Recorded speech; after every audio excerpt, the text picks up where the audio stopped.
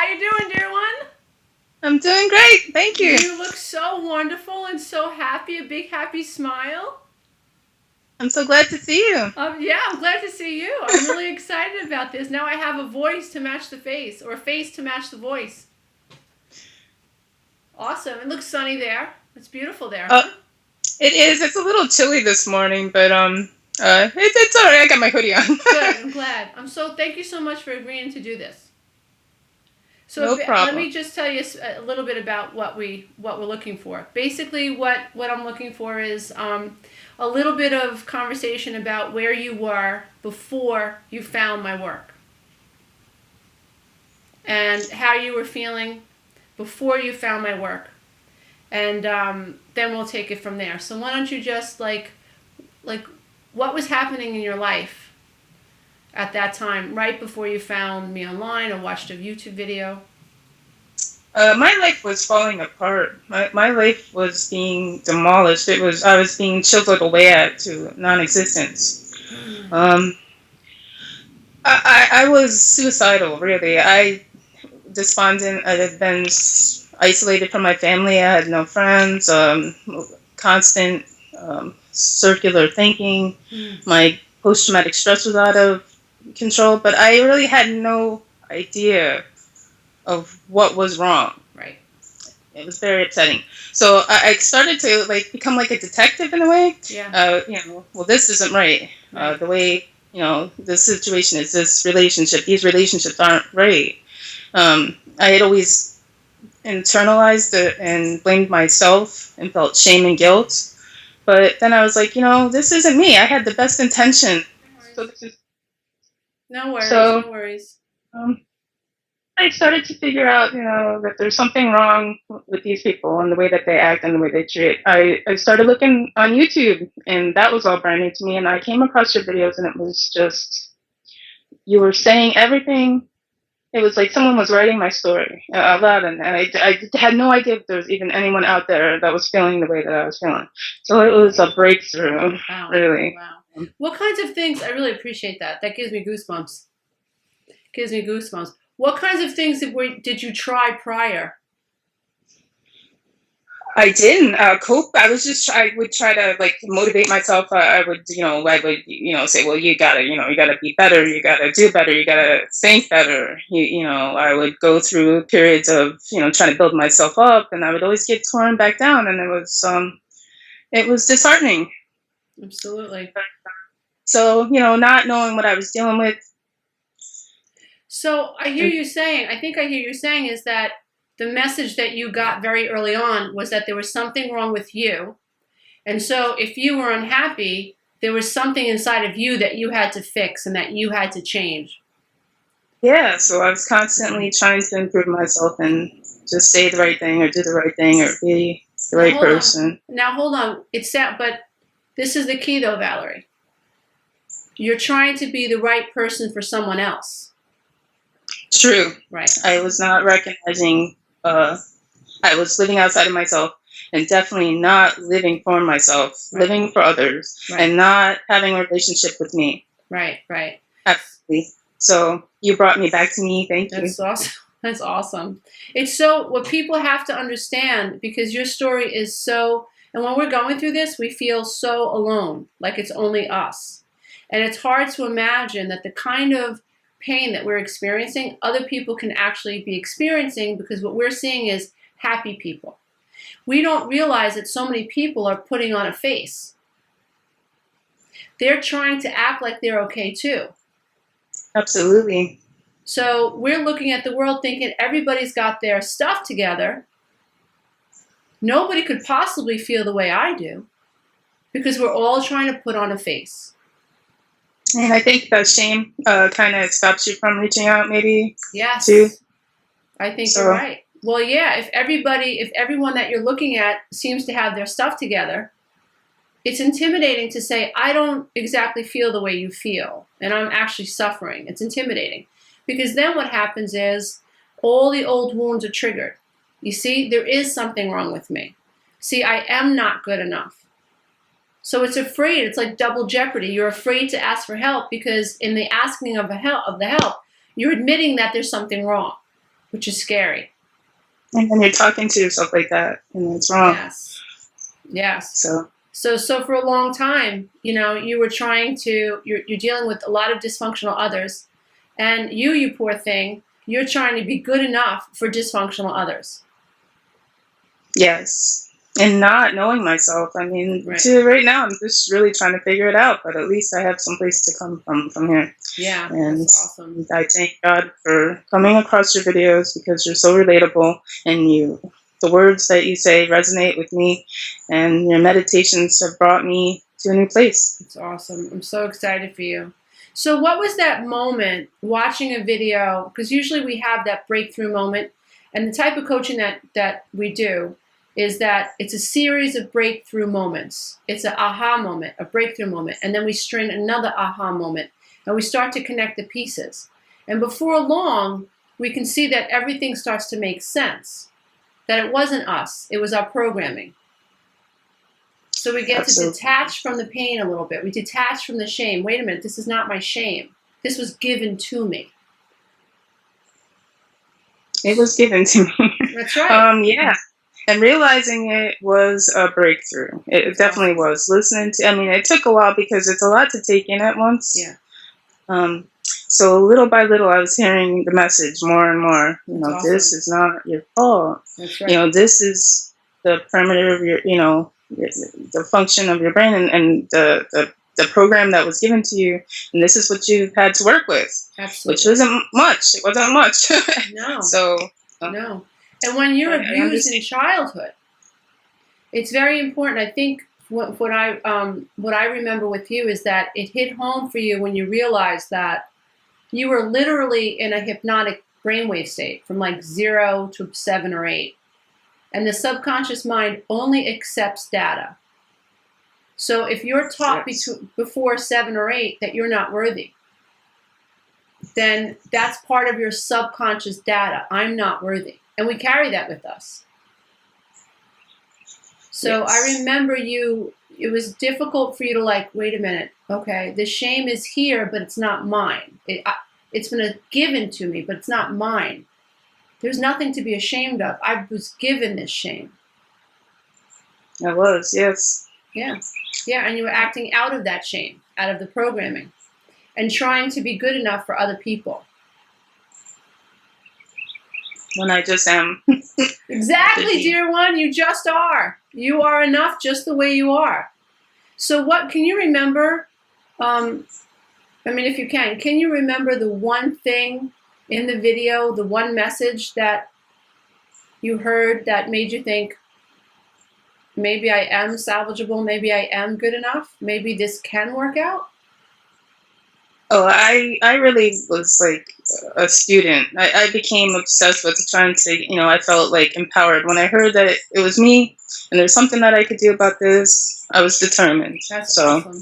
I looked at all of your videos, but it was honestly the meditation for the guilt and shame, the childhood traumas and I still do it every day, no matter what.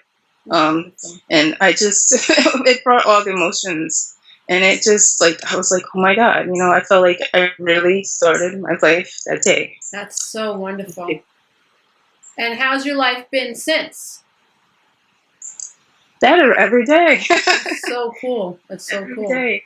I'm so happy to get up and have a new day every day. That's awesome. And compared to being suicidal, and compared to thinking that why would I live? This life existence is so painful. Why am I going to get up and do this again and have this conversation again and these thought processes again? I mean, you've come a long way. You've literally been reborn. You've given me the hope to go on. I'm grateful for every single day. I get up and I meet the day every day with thanks in my heart. That's awesome. Where I did not have that. I didn't want to get up. I just wanted to stay asleep, anything, or just like a zombie, so involved in what I was doing that I couldn't think. But you were thinking the whole time anyways. It was a circular pattern. Good girl. And good girl. So good girl. It was all out of control. You got me under control. Oh, man, you got it. Wait a minute. That wasn't my thinking. That was not, it was not your thinking. It wasn't. And now I'm like, when I deliberately thought, I'm like, this is my free will. Good. All other thoughts are they're just thoughts. Let them Yes. go. Good girl. Good girl. It's really, that's really the goal, is to teach people to understand that there are thoughts there, but you didn't put them there. Yes. You And didn't put them sifting there. them has Yes. been interesting.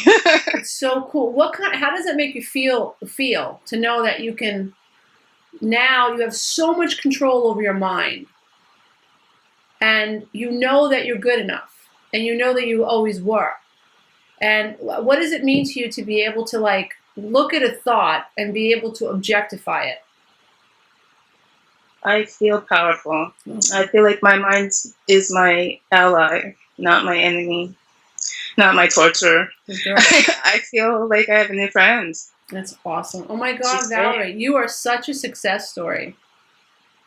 You really are a Thank- success story. I mean, your life has, like, improved greatly, and I can only imagine because your trajectory is like this now. It's up, up, up, up, up, up, and up. Because, like you said, your mind is your ally now. Yes, so it gave me my power back, and I feel whole. I feel integrated. Yeah, that's the I key. feel like life is possible. You've given me hope, and I can move on from here, and I'm excited for the future Yeah. while living in the present. That's so cool. All I did was show you the way. That's all I did. I had all the words, or I had none of the words. I had none of the words to describe not one thing that I was feeling. Yeah, I remember that. It was very, I remember, and if you remember correctly, I have it in my notes. I just, hold on, Valerie. Just hold on. Just Hold on to yourself. Hold on to yourself. It's okay.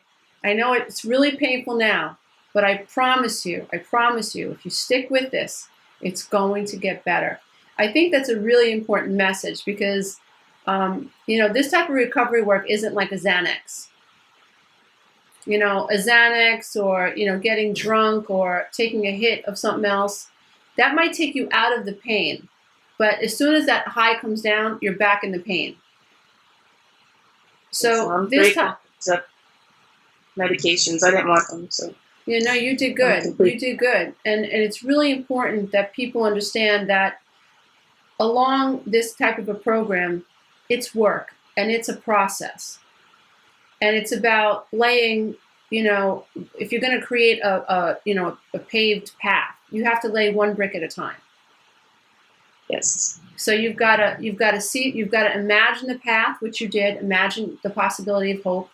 And then each and every day you have to lay another brick for that path.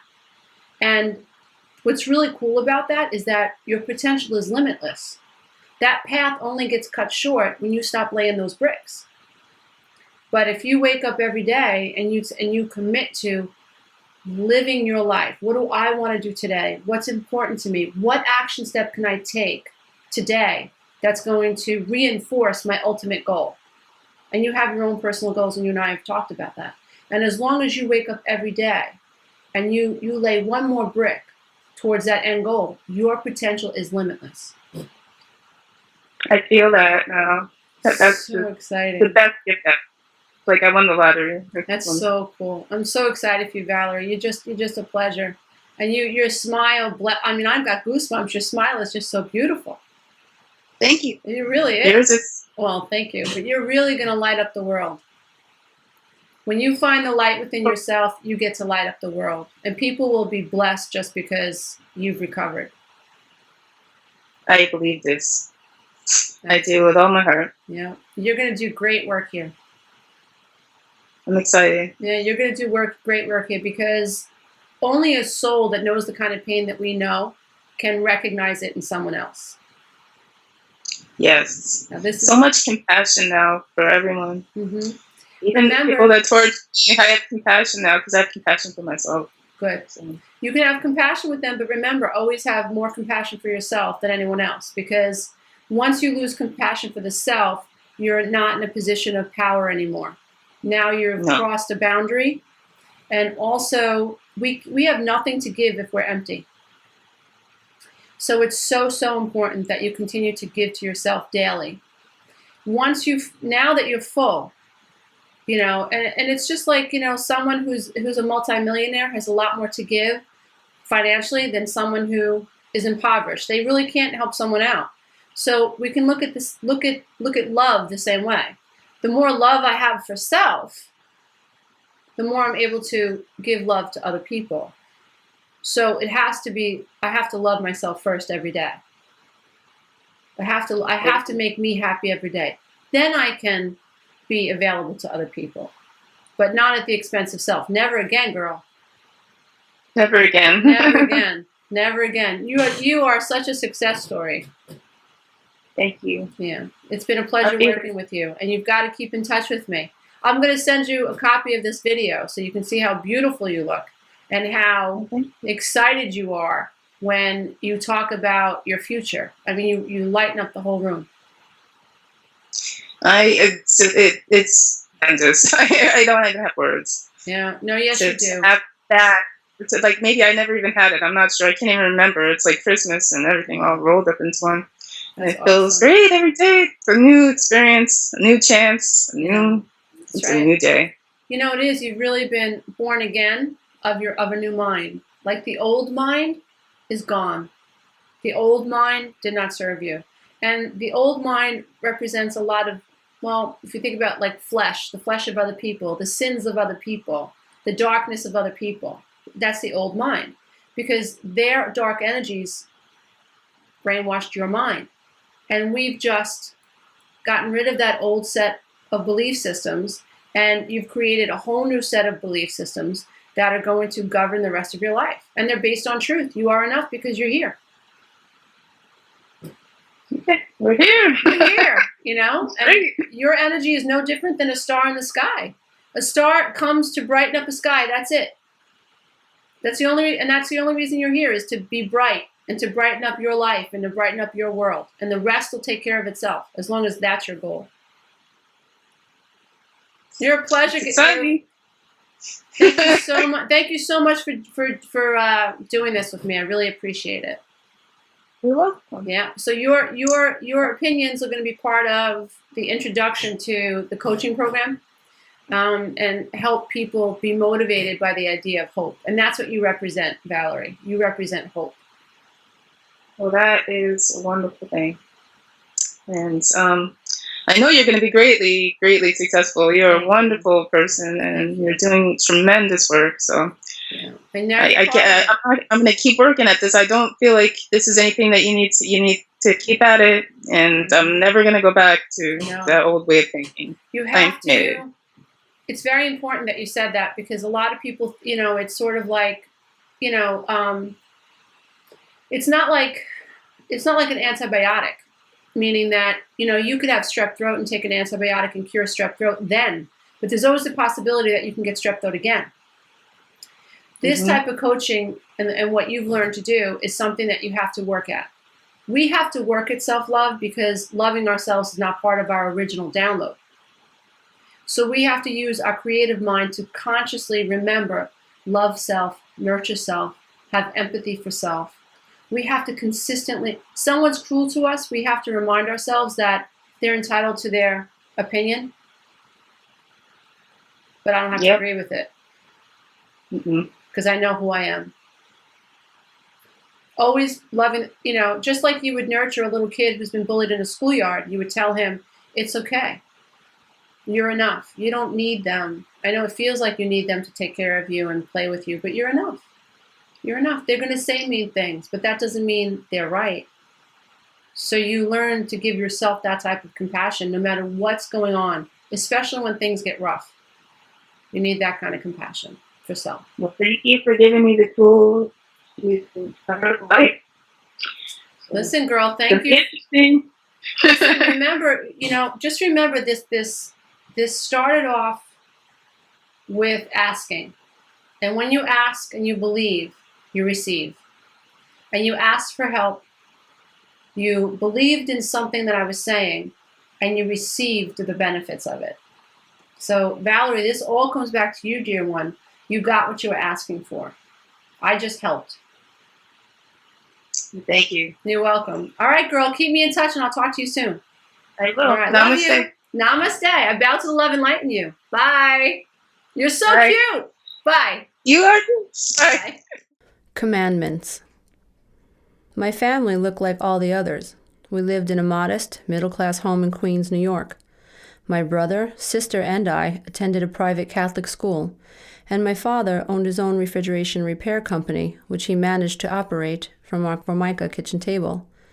My parents were a handsome couple, and our front hedges were always neatly trimmed.